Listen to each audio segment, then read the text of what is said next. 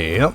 Right, at long last in this video I'm going to be showing you the winners to the Motone Customs July photo competition. It's been a long time coming, I know, but we've got there now. Thanks for bearing with me and Motone Customs on this. But just before we get on to that, I'd like to take a look at Motone Customs' new Gemini Bar end finishers. Now, we've all seen pictures of things, products that look really nice, but then when we've seen them in real life, it's left us cold. It just doesn't live up to expectations in the flesh. And I'm presuming that everyone's the same as me, because sometimes I see photographs of things that really don't float my boat. These bar end finishers being one of those things, and even when I unpacked them, I wasn't really that sure about them. But then you stick them on a bike and all of a sudden it's like they've been transformed, and somehow it just works, it fits. These Gemini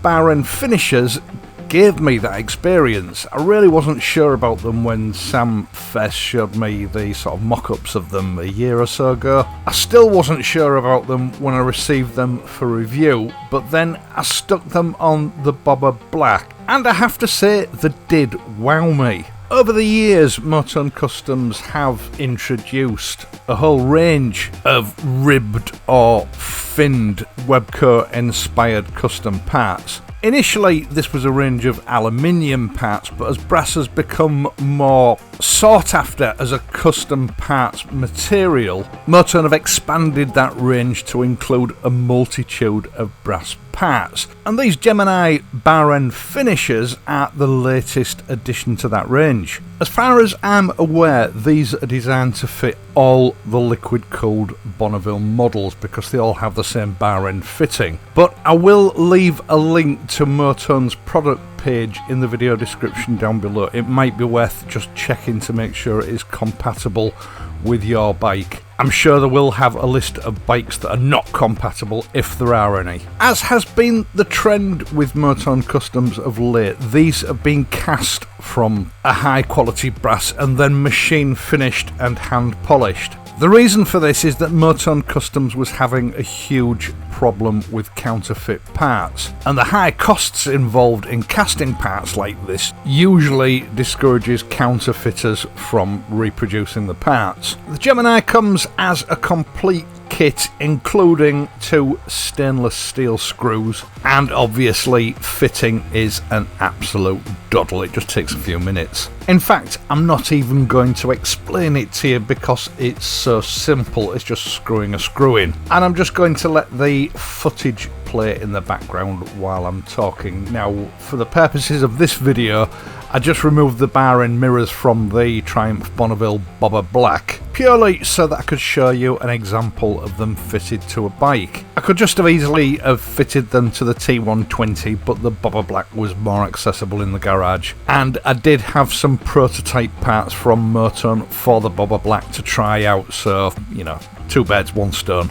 And in the time it's taken me to say that, as you've seen, they're fitted. As you can see, these finishers are countersunk, and they're fitted with a countersunk screw, which effectively self-centers them on fitting. Now, brass does look lovely when it's freshly polished up like this, but personally, I like the sort of vintage appeal of slightly aged tarnish brass on a bike. It gives it a sort of, I don't know what the phrase is really, sort of natural, worn-in look. And I know over the years 1 or 2 viewers have developed methods of aging their brass parts quickly to get that vintage brass look more or less straight out of the box. But if you want them to age naturally, just clean your bike as normal and just give them a buff up occasionally with a dry, clean cloth. And it will take a few months, but eventually they'll take on that mellow aged look that everybody seems to favour, me included. But if you do want them to stay shiny, it's not a major hassle. A quick buff up twice a year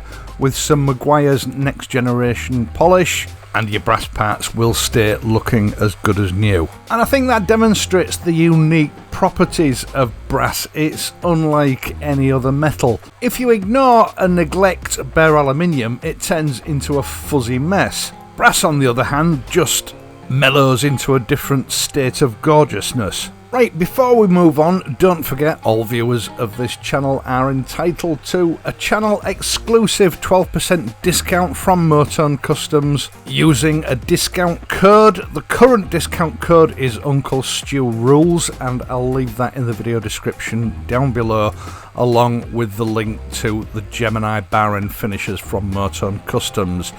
Right, let's get on with the photo competition results.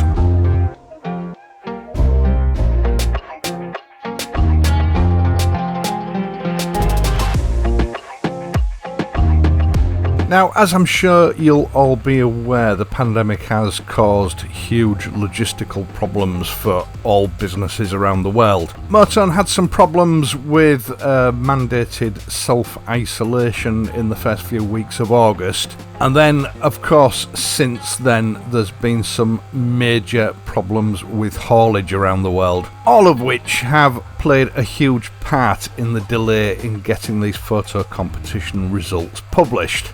And then, to add insult to injury, apparently there was a record number of disqualifications in this competition because people quite simply had not adhered to the rules.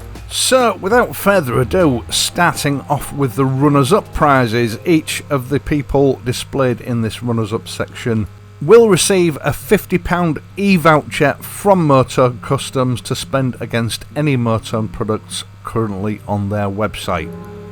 Here we go.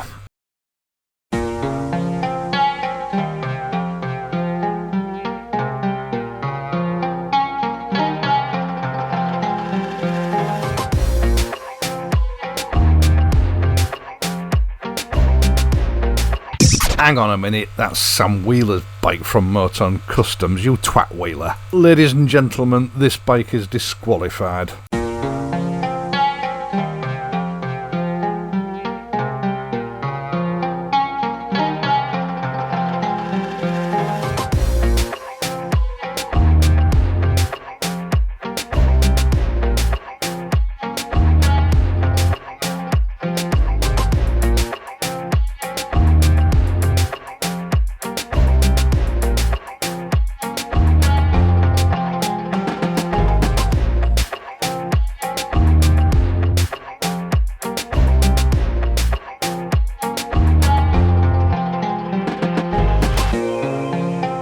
That very nearly got past me. It's because I'm always winding him up that he looks like one of the Bee Gees. Maurice Gibbs.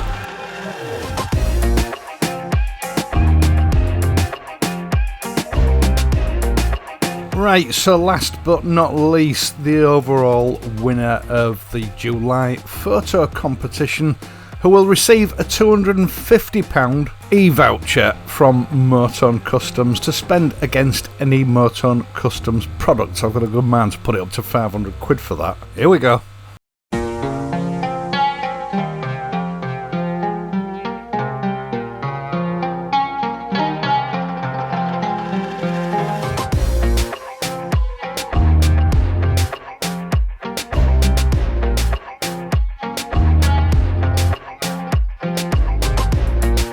So there you go, congratulations to Stephen Hall and all the runners-up. I'm just going to let the music play out now with a slideshow of other competition entries that were passed on to me but unfortunately haven't won. But Maurice obviously thought that they were worthy of publication on this video. Now if your bike doesn't display properly, that's your fault, not mine, for not supplying it in a 16:9 landscape aspect ratio. I've done the best I can. Once again, thank you so much for watching, I really do appreciate it, and I'll see you on Friday.